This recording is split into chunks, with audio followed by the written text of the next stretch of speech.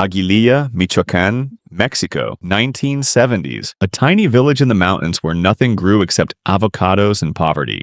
Nemesio Oseguera Cervantes was born here on July 17, 1966. He grew avocados, dropped out of primary school, never learned to read well. But in Aguililla, the avocado farms weren't just farms. The Gonzalez Valencia family, one of the most powerful clans in the region, had been growing something else for decades: marijuana, opium, the real cash crops. Like thousands from Michoacán, young Nemesio crossed into the United States illegally, looking for work, or maybe looking for something else. In California, he didn't pick fruit. He sold heroin, small time at first, a street-level dealer in the Central Valley. In 1994, the feds caught him. Conspiracy to distribute heroin. A U.S. federal court sentenced him to 5 years. Big Spring Correctional Center, West Texas. Private prison full of undocumented immigrants. This is where Nemesio became El Mencho. He served 3 years, made connections, recruited future soldiers from the inmates he met inside. When he was released in 1997 and deported back to Mexico, he was no longer a small-time dealer. Back in Mexico, he did something nobody expected. He joined the Jalisco State Police, a convicted drug trafficker, wearing a badge. He married Rosalinda Gonzalez Valencia in 1996. Her family? They ran the Mencho Cartel, one of the biggest drug trafficking organizations in western Mexico. Mencho didn't just marry a woman, he married an empire. He started as a bodyguard, a hitman protecting Armando Valencia Cornelio, El Maradona, the boss of the Mencho Cartel. Mencho was loyal, efficient, and invisible. But in the cartel world, bosses don't last. In 2003, El Maradona was arrested, and the power vacuum he left behind would change everything. After El Maradona fell, what was left of the Mencho Cartel allied with Nacho Coronel, a powerful capo in the Sinaloa cartel. Mencho worked under him, trafficking drugs, managing money, and killing for the Sinaloa cartel in Jalisco and Colima. Then 2010 hit like a bomb. In July, Nacho Coronel was killed by the Mexican army. Months later, the Mencho Cartel's new boss, El Lobo, was captured. The organization shattered. The Mencho Cartel split in half. Two factions fighting for control. Los Torcidos on one side, led by El Mencho, La Resistencia on the other. The war for Jalisco had begun. Mencho won, brutally. He crushed La Resistencia. Then he did something unprecedented. He rebranded. His group would have a new name. Cartel Jalisco Nueva Generación. The Jalisco New Generation Cartel, CJNG, a name that would terrorize Mexico for the next 15 years. First, Mencho declared war on Los Zetas, the most violent cartel in Mexico at the time. His army called themselves Los Mata Zetas, the Zeta Killers. They posted propaganda videos, drove armored trucks through cities, attacked in broad daylight. Then came the Knights Templar. Mencho's home state of Michoacán was their territory. In just 5 years, CJNG destroyed them. By town, by route. Mencho was going home, and taking everything. In May 2015, CJNG did something no cartel had ever done. They shot down a Mexican military helicopter, using a rocket-propelled grenade. The message was clear. CJNG wasn't just a drug cartel, it was an army. Headlines screamed across Mexico. The world took notice, and the D had a new #1 target. The D formed a dedicated team to find him. They put up a bounty, first $5 million, then $10 million. Then $15 million, matching the reward they once offered for El Chapo. By 2016, CJNG was operating in 23 of Mexico's 32 states. They had alliances in all 32. In 6 years, Mencho had built the largest criminal territory in Mexican history. While El Chapo was famous, giving interviews, escaping through tunnels, making headlines, Mencho was a ghost. No photos, no interviews, no public sightings. The DEA agents hunting him said they'd never met anyone who'd met him. He was invisible. He ran his empire like a corporation. Methamphetamine, cocaine, heroin, fentanyl.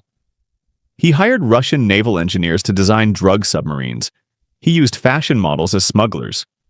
He flooded Australia where cocaine prices were 4 times higher than in America. Mencho controlled through 2 things: corruption, paying off police, judges, politicians, entire governments, and terror.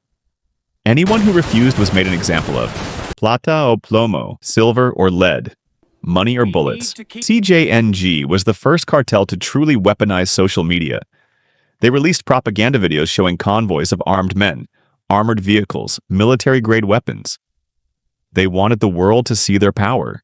Every video was a recruitment ad and a death threat at the same time. Government estimates put CJNG's total assets at $50 billion. The DEA said Mencho personally was worth at least $500 million, possibly over $1 billion. His financial arm, Los Quines, run by his brother-in-law, laundered money through everything from car washes to cryptocurrency. By 2020, with El Chapo locked up in a U.S. Supermax prison, there was no debate. El Mencho was the most powerful drug trafficker on the planet. A former avocado farmer from the mountains of Michoacán now commanded an army that outgunned the Mexican military in some regions. A D agent put it simply, it was Chapo, now it's Mencho, but there were cracks. Rumors about his health. Kidney problems that had plagued him for years. Reports that a private medical center was built in the mountains just to treat him. The ghost was aging, and his enemies knew it. El Mencho didn't just build a cartel, he built a dynasty. His wife, Rosalinda La Jefa, the boss, ran the finances. Her family, Los Quines, laundered billions through 70 different businesses. The cartel was a family business. His son, Ruben, El Menchito, was being groomed as the successor. Second in command by his 20s, running operations, making his father proud, until he didn't. Then the arrests came. 2015, El Menchito captured. 2018, Rosalinda arrested for money laundering. 20, El Menchito extradited to the United States. That same year, his daughter Jessica was arrested in Washington, D.C.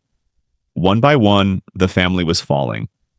El Mencho was still free, but everyone around him was gone. His son, life sentence in America. His wife, yet under criminal charges. His brother-in-law Abigail, in prison since 2015. The ghost was alone, and the walls were closing in. The rumors about his health intensified. A private medical center built in rural Jalisco just for him. Kidney problems. Possible dialysis. His enemies left scrawled messages around Guadalajara claiming he'd died of organ failure. He hadn't, not yet. Even weakened, Mencho kept fighting. CJNG's main enemy was now the Sinaloa cartel itself, the very organization he once served.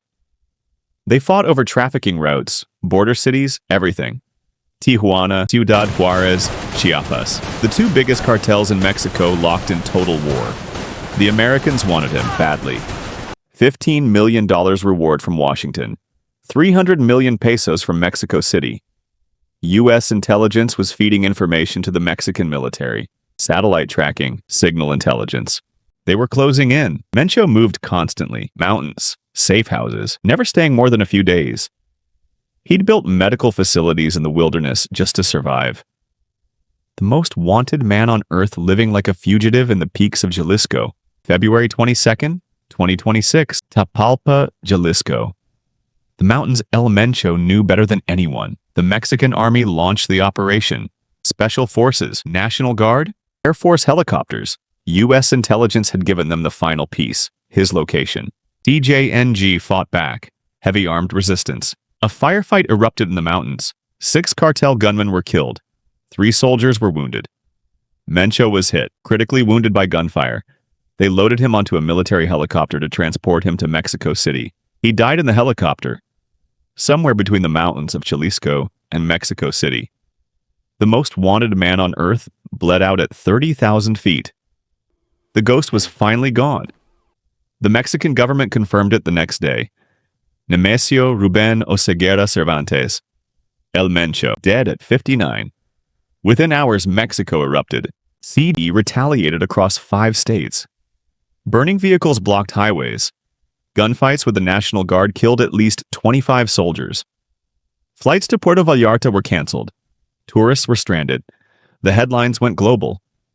The U.S. Deputy Secretary of State called it a significant victory. The DEA called it the culmination of years of intelligence work, a joint U.S.-Mexico operation, the biggest cartel takedown since El Chapo. But here's what the headlines didn't say. Killing El Mencho doesn't kill the CJNG. History has proven it. When you take out a cartel boss, The organization doesn't die, and fractures mean war.